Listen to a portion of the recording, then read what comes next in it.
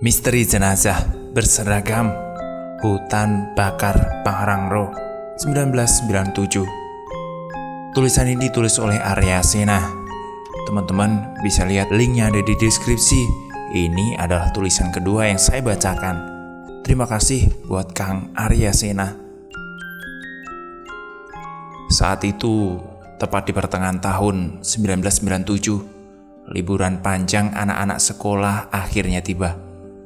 Saya yang baru saja turun dari Slamet dan Lawu, awalnya mau duduk santai saja di rumah sambil menikmati suasana. Tapi apa mau dikata, karena rumah saya itu base camp, akhirnya saya kembali angkat carrier. K-boy, itu dialah biang keroknya. Padahal bocah-bocah taunya kita nggak ikutan. Saya cuma tahu Panjul dan rombongannya lewat Gunung Putri, sedangkan Jawir sama Bewo lewat Cisarua. Nah ini nih sebenarnya, Gebo itu aslinya mupeng lihat anak-anak STM pada naik. Saking ngilernya dia nyeletuk, "Yuk kita nyusul bocah-bocah yuk. Kita naik lewat Cibodas aja. Gimana?" Aduh, saya baru aja turun boy. Alah, lu kan gak punya utel, mana ada capeknya kan? Ujar dia. Udah ayolah peking, kata dia. Ada, ya sudahlah kalau gitu. Panjul sama Bewo itu paling baru. Kita libas aja naik malam-malam. Apa kata kalian boy? Sambil berberes.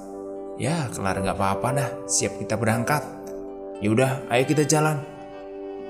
Hari dimana kita berpek berisi mempersiapkan spiritus sisa lawu plus alat-alat masak. Makan dan minum langsung naik di pundak. Dia sedang gua bawa logistik dan plyseed. Setelah pamit sama almarhum nenek saya, kita akhirnya berdua langsung cus menuju stasiun up. Dalam hati saya, ya belum juga lurus nih dengkul, udah naik lagi. Dari Solo balapan, sudah harus ngayam jalur lagi.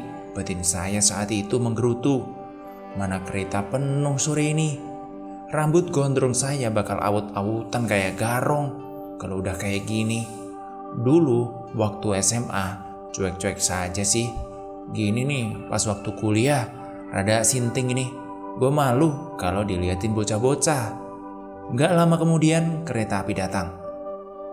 Penumpang yang berjubel kayak ikan berbaris di atas rantang.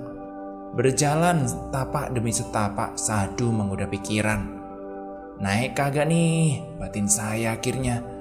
Aduh, udahlah. Akhirnya saya naik juga. Di dalam aja, aku boy ya. Males saya di atas. Bau besi, rambut saya ntar kemana-mana. Ternyata dia nggak nyaut. Langsung aja bergerak masuk menebus barisan rapat penumpang. Dan nih orang. Akhirnya setelah jubel-jubelan sama orang sampai stasiun Citayam, kita bisa bernafas lega. Gebo yang gempal dan gondrong nanggung nampaknya basah kuyup sama keringat. Rasain lu. Cengar-cengir. Akhirnya kita jalan ke gerbong depan, cari yang gak legaan gitu. Pengen banget ngudut, tapi kan gak mungkin ya. Ya udahlah, apa kata. Akhirnya kita dapat di belakang masinis. Kita langsung jongkok. Akhirnya ngudut juga ini aku. Gak jauh-jauh dari situ yang dibahas lika-liku tentang dalam gurauan. Kalau udah gini, kereta rasanya milik saya sama Gboy doang. Bang, emang ente berdua kagak numpang bang? Kagak lah, ini kan kereta api punya engkong gua. Apa lo? Apa? Itulah candaan kita. Akhirnya gak begitu lama sampai juga di stasiun Bogor. Gak kucing-kucingan lagi nih sekarang. Lewat loket, kasih tiket terus berlayar di atas aspal menuju Baranang Siang. Bocah-bocah planningnya gimana sih? Ngapa beda-beda gitu naiknya? Taulah, kan saya udah bilang orang saya dengarnya begitu.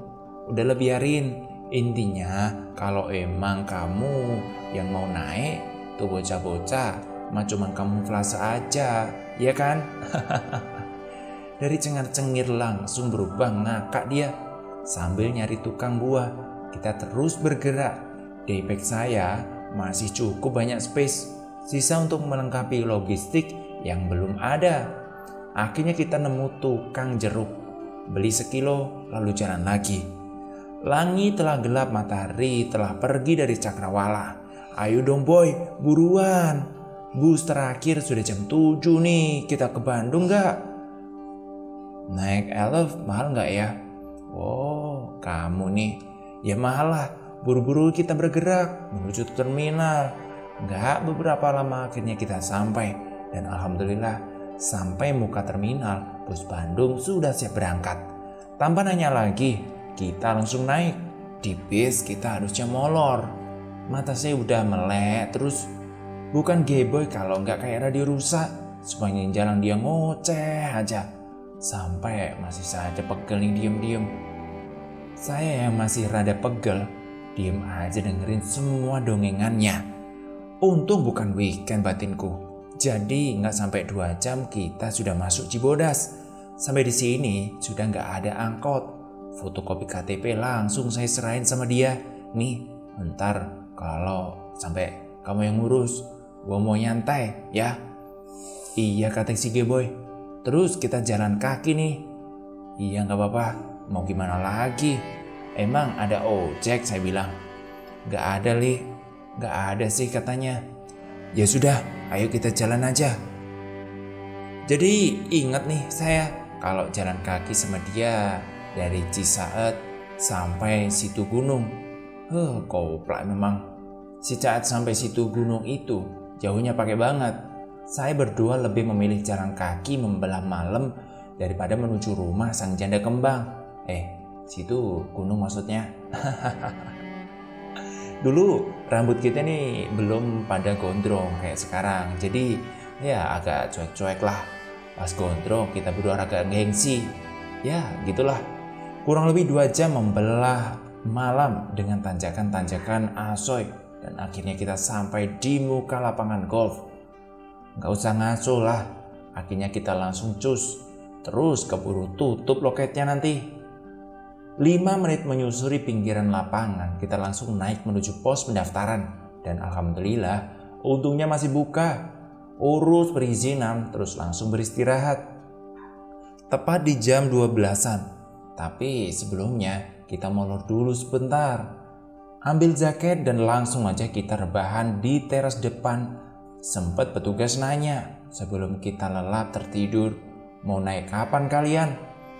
Bentar aja pak, kita bilang. Istirahat dulu sebentar. Tadi jalan kaki dari bawah sampai sini soalnya. Petugasnya cuma senyum nyengir. Memang nih, planning sih oke jam 12. Tapi fisik maunya sih jalan pagi-pagi. Sempat beberapa kali bangun tapi karena dingin pakai banget. Kita lipat badan lagi. Kira-kira jam 2 pagi. Akhirnya saya bangunin si Geboy. Ayolah kita berangkat. Gila dingin banget ini. Iyalah daripada diem di sini mending di Ciberem ya. Nanti kita gelar flagship, saya bilang. Males. Ngopi dulu lah katanya. Ya sudah kalau gitu kita gelar. Panci di daypack dan semua alat-alat saya keluarkan. Gelas plastik dan teples langsung saya keluarkan. Kaleng kecil tatakan spiritus segera terisi di atas kompor. Setelah saya sulut langsung biru menghangatkan suasana. Setelah seduh kopi lalu santai bersama tarikan-tarikan udut yang super ini. Akhirnya badanku sudah mulai hangat. Senter baja baterai 4 segera naik menerangi jalan. Yang memegang senter belakang kali ini saya. Ya sudahlah, angin dingin menghembus. Cukup kencang pagi itu. Tarian dedaunan bersama gelap kerap menimbulkan pikiran tersendiri. Dan yang menggoda asa di dalam perjalanan. Kerusak. Anjrit, itu apa nge? Udah deh cepetan senter. Rada kaget saya langsung arahin cahaya ke asal suara. Sialan, itu celeng boy, celeng babi hutan itu. Walau tenang, kita tetap waspada.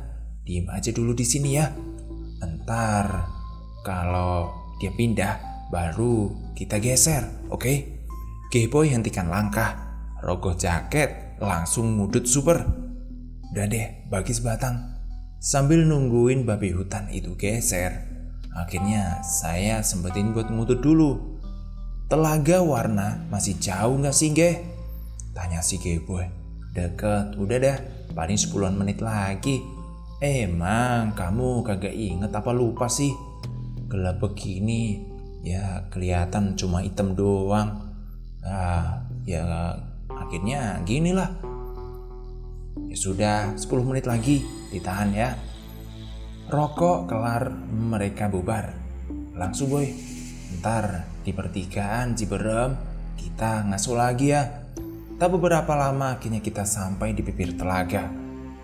Jalur beca akibat rembesan air di sisi jalur segera menyambut langkah-langkah kita. Lanjut yuk, lanjut. Dari sini sampai menjelang pertigaan air terjun, mulai becek dan suasana paling asoy kalau sudah gelap. Sempat terlihat beberapa penampakan, tetapi karena langkah kita yang cepat dan mental sudah terasa cukup, akhirnya semua aku lalui dengan baik-baik saja. Jujur tenang-tenang banget ngelihat begituan. Ada juga kegiatan geresak-gerusuk, tapi semua itu nggak bikin kita sampai ciut. Lanjut terus yuk. Oke. Ada suara cekikian, selebat-selebat urusan dah. Pokoknya kita harus cepet berangkat. Kira-kira setengah jam membelah jalur gelap, akhirnya kita masuk klaster Ciberem. Lanjut jalan apa molor nih boy? Jalan aja, ngapain kita tunggu-tunggu? Nanggung kata dia. Ya sudah kalau gitu, kelar sebatang kita bergerak lagi. Mata saya sebenarnya berat banget, bawaannya mau rebahan aja. Kalau lihat tempat daftar, berhubung G-boy nggak mau break, akhirnya kita bergerak terus. Emang sih, lepas Ciberem itu jalurnya mulai enak dan nggak ada batunya. Setelah hampir 1 jam membelah gelapnya malam, kita tiba di sebuah shelter. Disebut shelter jamur. Di sini kita istirahat dulu, habiskan sebatang rokok, lalu bergerak lagi menuju air panas. Sampai air panas mulai dibayangi sinar terang. Alhamdulillah sudah nyampe sini boy. Di shelter ini kita ngasuh dulu sebentar. Mata saya sudah berat banget. Si G-boy juga sama ngejawabnya. Singkat, iya, intinya dia setuju dengan ngasuh kita. Gak lama kita beristirahat, akhirnya kita lanjutkan perjalanan. Dengan terkantuk-kantuk, kita berdua segera melewati aliran air mendidih yang terdapat di bawah telapak kaki. Gak lama kita sampai di shelter jamur. Suasana pagi itu masih sepi, sunyi, tak ada rombongan pendaki lain. Hembusan angin lembah yang dingin berbaur bersamaan kantuk yang datang tak tertahankan membuat kita langsung cari posisi tidur. Emang gak dingin bang? Ya dingin lah, cuma gak terlalu karena kita berselimut plyseed dan beralas paso. Oh gitu ya bang? Iyalah, masa enggak gitu? Kita masih sempat bercanda saat itu.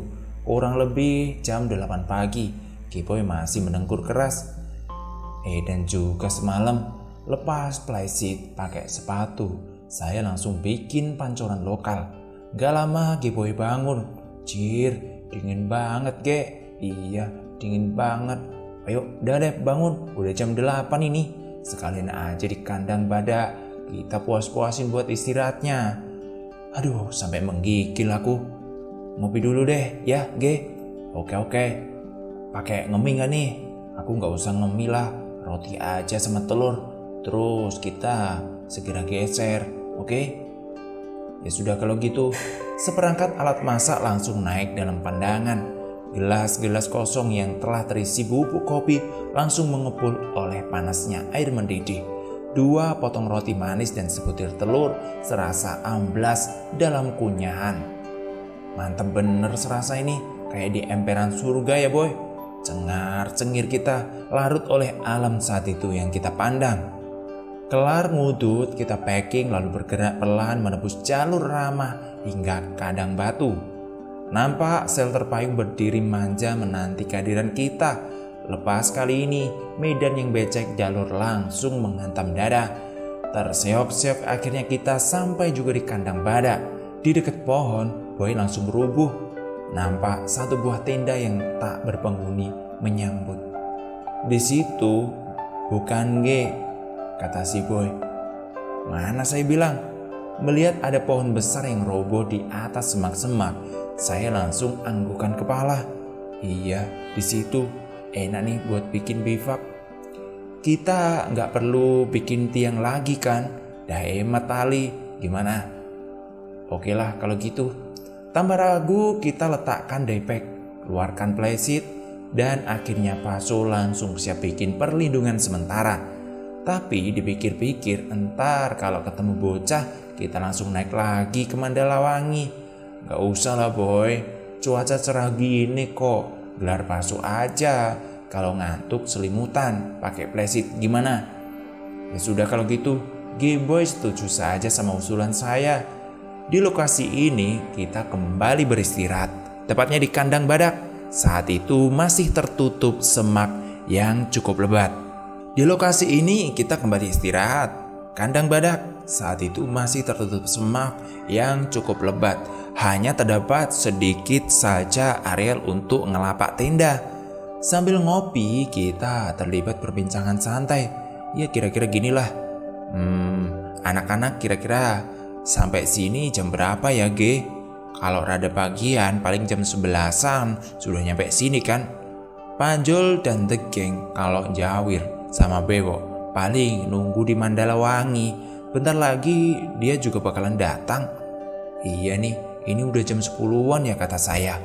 Kelar ngomongin schedule, kita rebahan. Niatnya cuma tidur-tiduran, malah tidur beneran.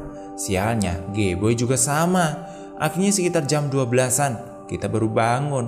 Tenda yang kosong melompong di saat kita datang kini sudah berpenghuni. Aduh, jangan-jangan sudah pada lewat Boy. Coba deh tanya sama tenda sebelah. Lihat anak-anak sekolah dari Gede mau ke Parangro nggak? Iya kata G-Boy, tanpa ragu. Speak sebentar akhirnya kita dapat info. Tadi di Puncak Gede mereka ketemu rombongan anak sekolah. Cuma nggak tahu pada mau ke Parangro apa tidak. Pas mereka balik, mereka masih pada santai di puncak katanya. Oke. Kalau gitu, ayo deh. Kita berintuk jalur yang cukup rawan adalah Mandalawangi, Cisarua. Kita berpikir untuk menunggu mereka di sana bersama Jawir sama Bewo. Kita ke Mandalawangi aja Boy, oke? Siapa tahu mereka sudah ada di sana. G-Boy pun menjawab singkat, oke. Beres packing kita langsung jalan, basa-basi seperlunya sama tetangga dan langsung bergerak naik. Kandang badak Mandalawangi sekitar 3-4 jam tergantung speed kita untuk jalur. Siang itu kita bergerak bagi kesurupan, gas terus tanpa istirahat.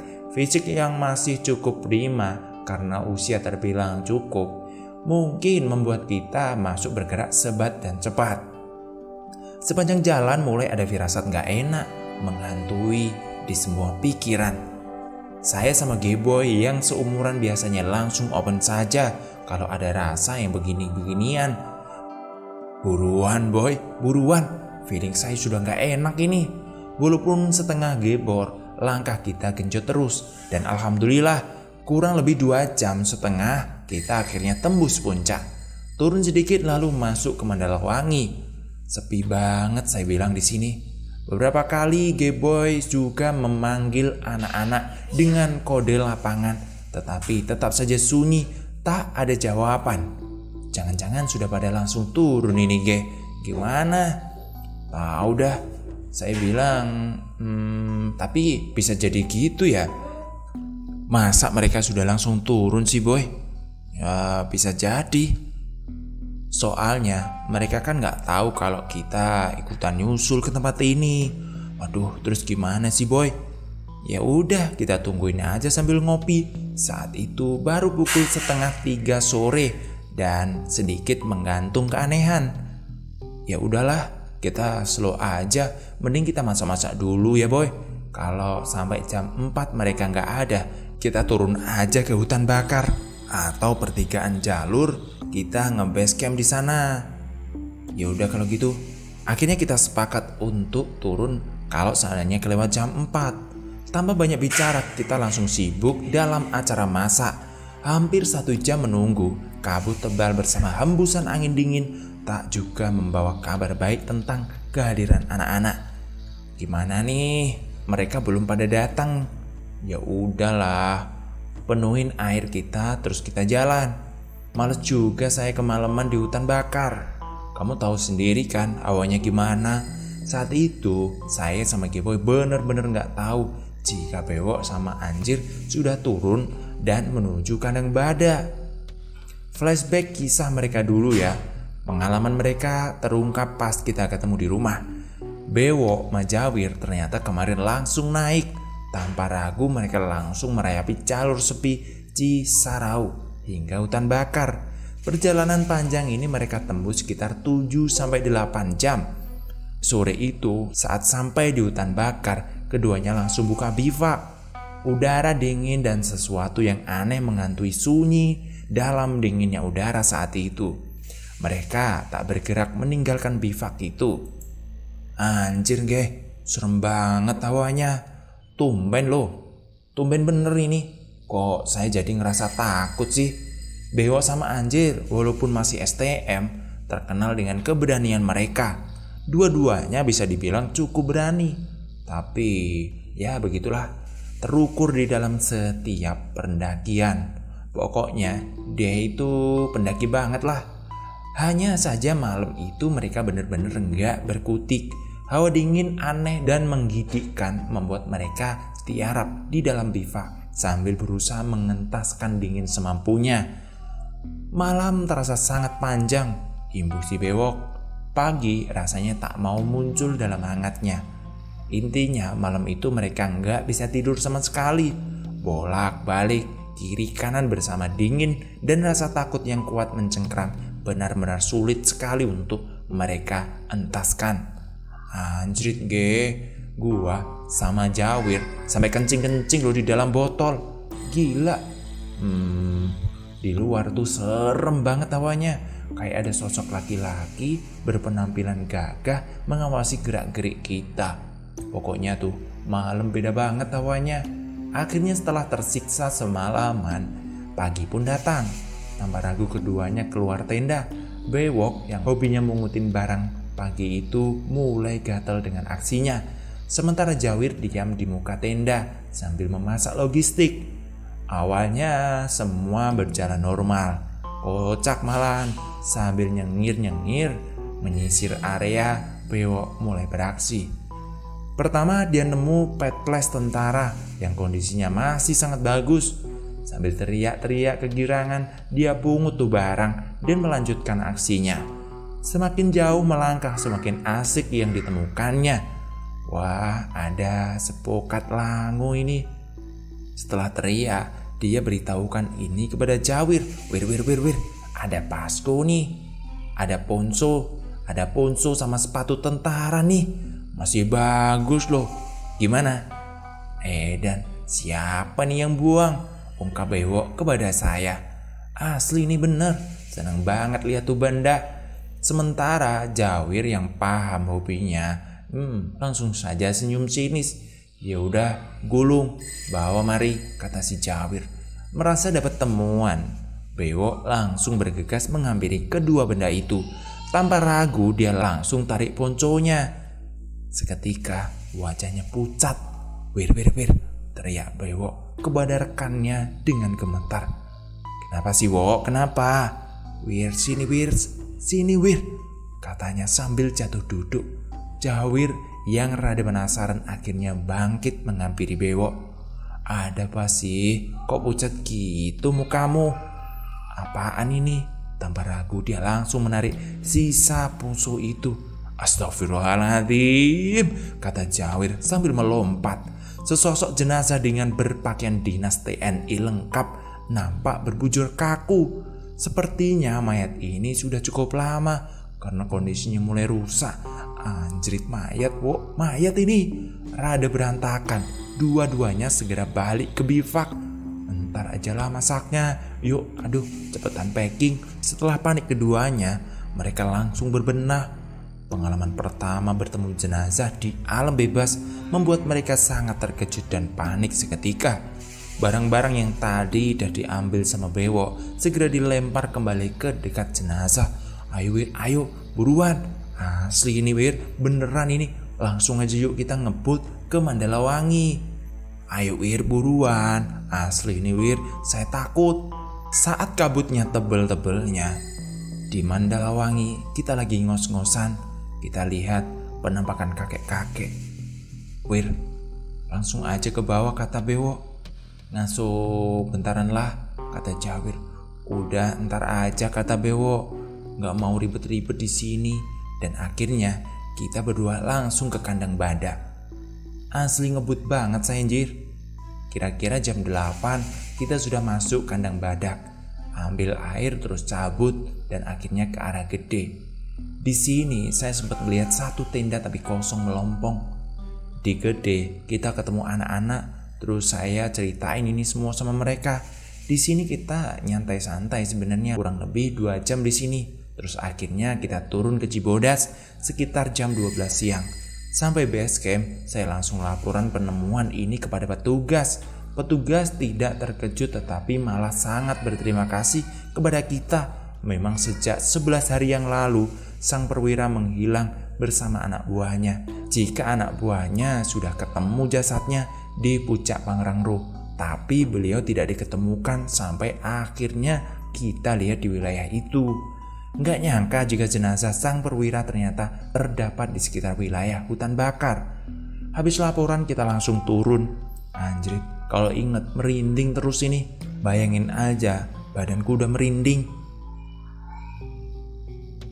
Udah dulu ya ceritanya. Terima kasih buat Arya Sena. Masih ada part 1 lagi. Kita terusin di hari besok ya. Terima kasih. Dan jangan lupa subscribe, komen, dan sisipkan dari mana asal kota kalian. Terima kasih. Sampai jumpa.